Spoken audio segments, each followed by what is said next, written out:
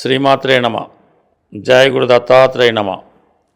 ఈ వీడియోలో మనం మేషరాశి వారికి జూలై 16 నుంచి 31 మధ్యలో జరగబోయే పక్ష ఫలితాలు పరిశీలిద్దాం. మరి మేషరాశి వారికి ఇంచుమించుగా ఈ పక్షం అంతా కూడా ధనస్థానంలో శుక్రగ్రహ సంచారం. ఇది నిజంగా జాతకుడికి అటు ఆర్థిక సంబంధించిన విషయాల్లోనూ కుటుంబ సంబంధించిన విషయాల్లోనూ చాలా అనుకూలంగా ఉండడం జరుగుతూ ఉంటుంది. ఇదే సమయంలో చాలా కాలంగా మీకు దూరంగా ఉంటున్నటువంటి మీ బంధువులు కానీ మీ కుటుంబంలో ఒకరు తిరిగి మళ్ళా మీ కుటుంబంలో కలుసుకోవడం జరుగుతూ ఉంటుంది. వారి ద్వారా మీకు ఒక శుభవార్త తెలుస్తుంది. అలాగే ఒక ఆర్థికపరమైన సహకారం కూడా ఈ సమయంలో మీకు లభించడం జరుగుతూ ఉంటుంది. సప్తమాధిపతి ధనస్థితి వలన జీవిత భాగస్వామి యొక్క ఆదాయం పెరుగుతుంది. ఆమె మీ యొక్క అవసరాలకు కుటుంబ అవసరాలకు తగు విధంగా సహాయపడడం జరుగుతూ ఉంటుంది. అదేవిధంగా ఇది అటు మీరు ఒక సినిమా రంగంలో ఉన్న సంగీతం మ్యూజిక్ మొదలగు కళలయందు ఉన్న మీకు వాటిలో చాలా గుర్తింపు రావడం జరుగుతూ ఉంటుంది. అలాగే మీ కుటుంబంలో ఎవరికైనా ఒక ఉద్యోగం లభించడం కానీ వారి యొక్క ఆదాయం పెరగడం వల్ల కొంతవరకు కుటుంబం పైన ఉన్న మీ యొక్క ఆర్థిక భారం కొంతవరకు తగ్గే అవకాశం ఉంటుంది. అలాగే మరి ప్రస్తుతం వ్యయస్థానంలో ఉంటున్నటువంటి శని భగవానుడు ఈ సమయంలో మీకు వక్రగమనం పొందడం జరిగింది. ఇది నిజంగా మీకు ప్రస్తుతం 12వ స్థానంలో ఏలినాటి శని ప్రారంభమైంది అని భయపడుతున్న మేషరాశి వారికి ఒక విధమైనటువంటి రిలీఫ్ రావడం లభిస్తూ ఉంటుంది. అంటే మనకి ఈ శని వక్రగమనం పొందడం వల్ల 11వ స్థానంలో ఉన్నటువంటి ఫలితాన్ని కూడా టెంపరీగా మీకు ఇవ్వడం జరుగుతూ ఉంటుంది. అంటే శని భగవానుడు 12వ స్థానంలో మీనరాశిలోనే ఉంటారు. అయితే వక్రగమనం పొందడం వల్ల మీకు ఏకాదశ స్థాన ఫలితాలు కూడా రావడం జరుగుతూ ఉంటుంది. అంటే ఇక్కడ మనకి రాహుతో శని కలిసిన ఫలితాలు ఇవ్వడం వల్ల ఎవరైతే పెద్ద పెద్ద ఇండస్ట్రీస్లో కానీ సాఫ్ట్వేర్ రంగంలో కానీ సినిమా పరిశ్రమలో ప్రవేశానికి కానీ లేదంటే రైల్వే డిపార్ట్మెంట్లో ఉద్యోగానికి కానీ ప్రయత్నం చేస్తుంటే మీ యొక్క ఆశయం తప్పకుండా నెరవేరుతుంది. ఏదైనా ఒక పెద్ద సంస్థలో అది పారిశ్రామిక రంగానికి చెందిన దాంట్లో మీ యొక్క ఉద్యోగ ప్రయత్నాలు నెరవేరుతాయి. అలాగే గతంలో మీరు ఏదైనా కొంతకాలం పాటు ఏదైనా కొత్త ఉద్యోగానికి ప్రయత్నం చేసి అది మధ్యలో విడిచిపెట్టి ఉంటే అలాగే మీ యొక్క ఆగిపోయినటువంటి ప్రమోషన్ లాంటిది ఏమైనా ఉంటే తిరిగి ఈ సమయంలో రావడం జరుగుతూ ఉంటుంది. యాస్టీస్గా రాహు 11లో ఉండడం వల్ల అటు సాఫ్ట్వేర్ రంగం వారికి ఫైనాన్స్ రంగం వారికి రియల్ ఎస్టేట్ రంగంలో వారికి అనుకోకుండా అనూహ్యంగా మీ యొక్క ఆదాయం పెరుగుతుంది. అలాగే మీ యొక్క చిరకాల మిత్రులు దూర ప్రాంతంలో ఉన్నటువంటి మీ యొక్క మిత్రులు చాలా వరకు మీకు ఆర్థిక పరంగాను మాట పరంగాను సహాయం చేయడం జరుగుతూ ఉంటుంది. ఇక ముఖ్యంగా చతుర్థ స్థానంలో ఏర్పడినటువంటి బుధాదిత్య యోగం ఇంచుమించుగా మనకి జూలై 16వ తారీఖునే పంచమాధిపతి రవి చతుర్థ స్థానంలో ఏర్పడడం వల్ల అంటే ఒక కేంద్రాధిపతి కోణాధిపతి ఇంచుమించుగా ఈ మార్పులు ఎలాగ ఎప్పుడైనా సరే మీకు ఒక విధంగా రాజయోగాన్ని ధనయోగాన్ని ఇవ్వడం జరుగుతూ ఉంటుంది. అయితే మీరు ఈ సమయంలో ఏదైనా స్థిరాస్తి కొనాలనే మీ యొక్క ఆలోచన మీ యొక్క ప్రయత్నం తప్పకుండా నెరవేరుతుంది. ఇది విద్యార్థులకి చాలా ఆశాజనకంగా ఉంటుంది. మీరు ఏదైనా కాలేజీలో సీటు సంపాదించాలనుకున్నా లేదంటే ఒక బ్రాంచ్ నుంచి ఒక బ్రాంచ్కి మారాలన్నా లేదా వేరే ప్రాంతంలో కొత్త కాలేజీలో చేరాలన్నా కూడా ఇది మీకు చాలా అనుకూలంగా ఉంటుంది. అంటే విద్యార్థులకు మాత్రం కంపల్సరీగా ఇది వాళ్ళలో ఉన్నటువంటి ప్రతిభకు తగిన గుర్తింపు రావడం జరుగుతూ ఉంటుంది. అలాగే మీలో ఒక జ్ఞాపక శక్తి పెరుగుతుంది. మీరు ఒక రిటర్న్ ఎగ్జామినేషన్ రాసిన ఇంటర్వ్యూకి వెళ్ళినా చాలా వరకు దాంట్లో సక్సెస్ పొందుతూ ఉంటారు ఈ యోగం వల్ల. అదే వ్యాపారస్తులకి కొత్త వ్యాపార అవకాశాలు రావడం జరుగుతూ ఉంటుంది. అలాగే మీరు ఏదన్నా ఒక స్థిరాస్తి పైన రుణం కోసం ప్రయత్నం చేస్తున్నాం ఒక బ్యాంకులో రుణం కోసం ప్రయత్నం చేస్తున్నాం ఈ సమయంలో చాలా వరకు లభించే అవకాశం ఉన్నది. మరి ముఖ్యంగా రాష్ట్రాధిపతి కుజుడు పంచమ స్థానంలో ఇంచుమించుగా మనకి ఈ నెలాఖరు వరకు సంచరించడం వల్ల వ్యక్తిగతంగా మీలో ఉన్నటువంటి టాలెంట్కి తగిన గుర్తింపు వస్తుంది. అయితే చాలా వరకు మీరు షేర్ మార్కెట్ స్పెక్యులేషను అటువంటి వాటికి చాలా వరకు దూరంగానే ఉండండి. ఏదైనా ఇప్పుడు మీకు చాలా ఆశాజనకంగా కనబడుతుంటుంది. మీరు ఒక షేర్లో పెట్టుబడి పెడదామనో ఒక రేసుల్లో పాల్గొందామని, ఒక గ్యాంబ్లింగ్లో పాల్గొందామో, దానివల్ల కంపల్సరీగా లాభం వస్తుందని అనిపిస్తూ ఉంటుంది.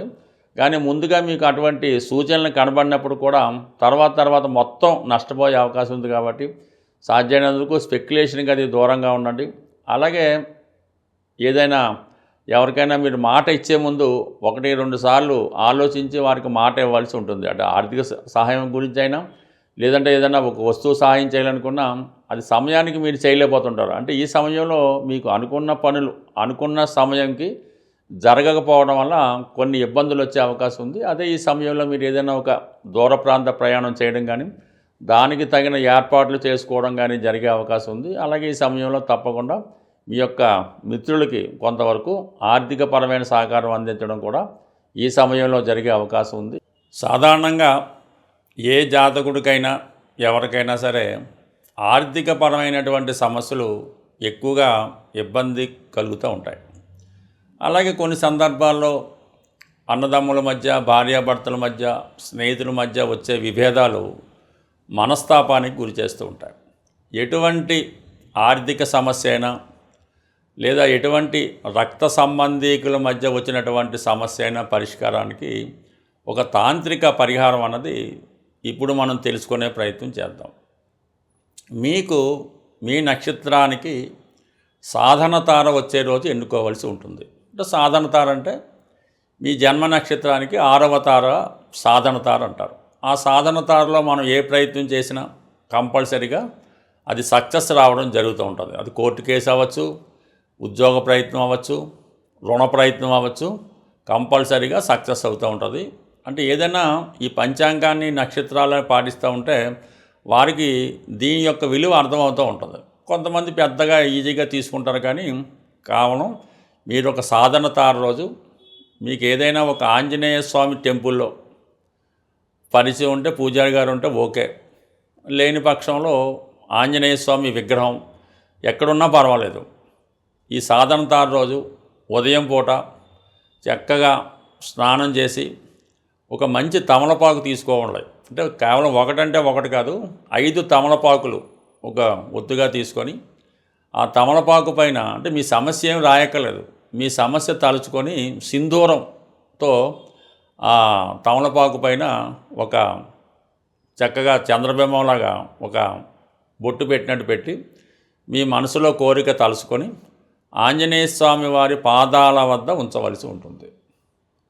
ఈ విధంగా ఒక్క 41 రోజులు ఈ యొక్క ప్రయత్నం, ఈ యొక్క నియమం చేయడం వల్ల వీలైతే ఈ 41 రోజులు కూడా సాత్వికమైనటువంటి ఆహారం తీసుకోవడం, హనుమాన్ చాలీసా పారాయణ చేయడం, ఈ పటిక బెల్లం అంటే ఇంటి దగ్గరైనా మీరు ఈ ఆంజనేయ స్వామి విగ్రహం దగ్గరైనా పటిక బెల్లం నైవేద్యంగా పెట్టి ఈ 41 రోజులు విధి విధానంగా పూర్తి చేయడం వల్ల ఎటువంటి సమస్య అయినా 100% నెరవేరడం జరుగుతూ ఉంటుంది.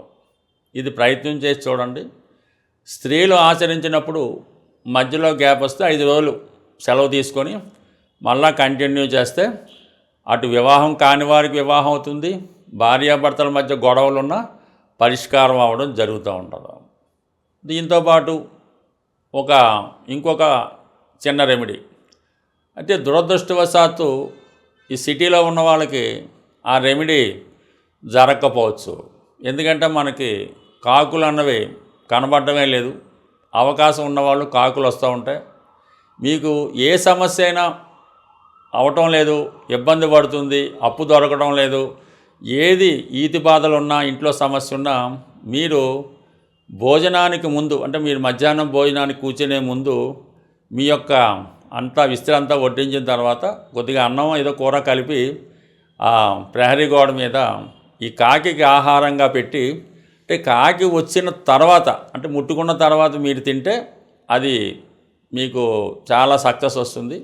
లేని పక్షంలో మనకంత విధి నిర్వహణలో కుదరకపోవచ్చు. ఒక బెల్లం మొక్క మేము డ్యూటీకి వెళ్ళే ముందే ఆ కాకికి పెట్టడం వల్ల మనకి చాలా చాలా చాలా జటిల సమస్యలు పరిష్కారం అవడం జరుగుతుంటుంది. ఏ సమస్య అయినా ఒకరోజు పెడితే అది సరిపోదు, అది మొక్కుబడిగా చేసినా కూడా సరిపోదు. సంపూర్ణ విశ్వాసంతో చేయడం వల్ల కంపల్సరిగా మీకు ఎటువంటి సమస్య అయినా ఈ పరిష్కారం అవడం జరుగుతూ ఉంటుంది. స్వస్తి.